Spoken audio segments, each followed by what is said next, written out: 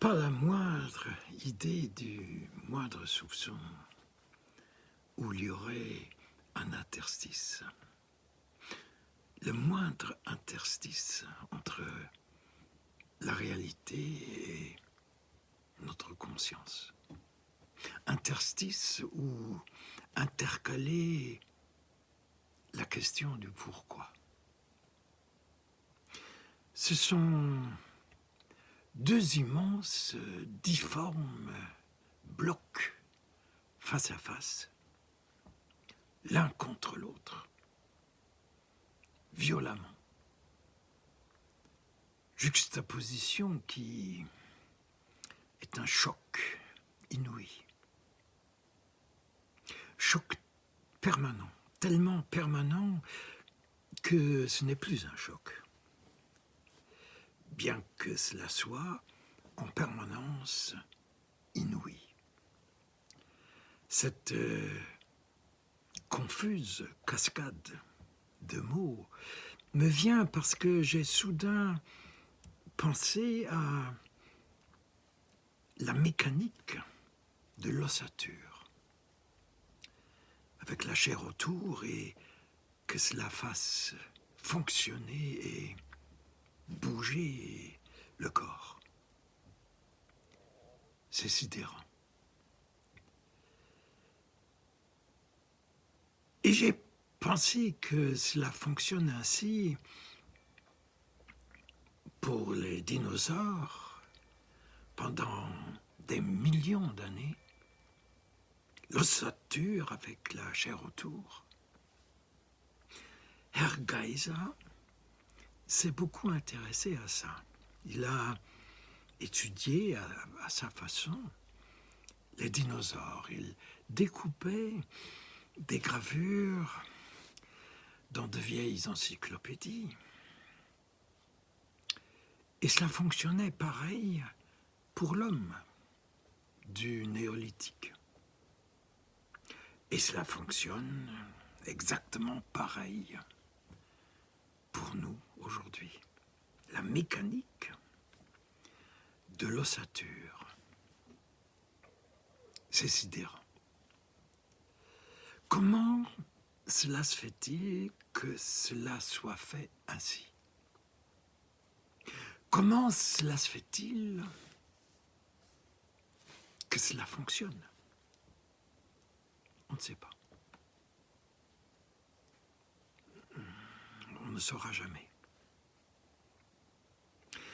Question que je me pose quand je fais une crise d'hébétude, qui est le stade aigu de l'étonnement. Quand je suis serein et lucide, je sais très bien que la question du pourquoi ne se pose pas, n'est pas posable. Juste dire, c'est comme ça. Et c'est stupéfiant que ça soit comme ça. Pareil pour les puissants avant-bras prédateurs de la menthe religieuse. Et ces féroces mandibules broyeuses.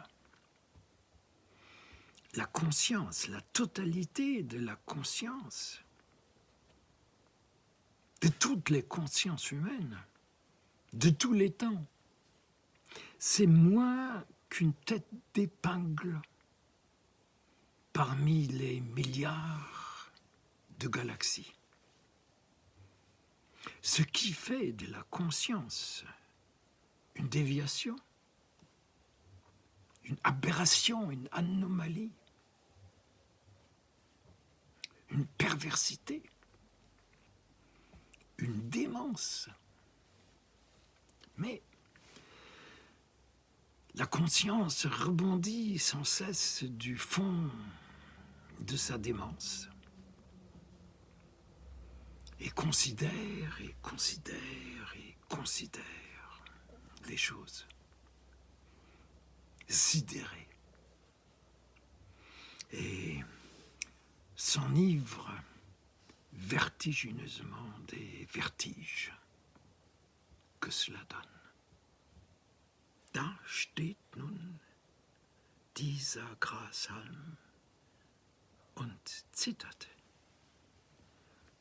Voilà ce brin d'herbe debout et qui tremble. Avant que je sois, il y avait quelque chose. Il y avait l'univers. Je suis venu après des milliards d'années. Avant moi, il y avait eu presque une éternité. Ou vraiment une éternité. Comment savoir? Puis, j'étais là, hébété,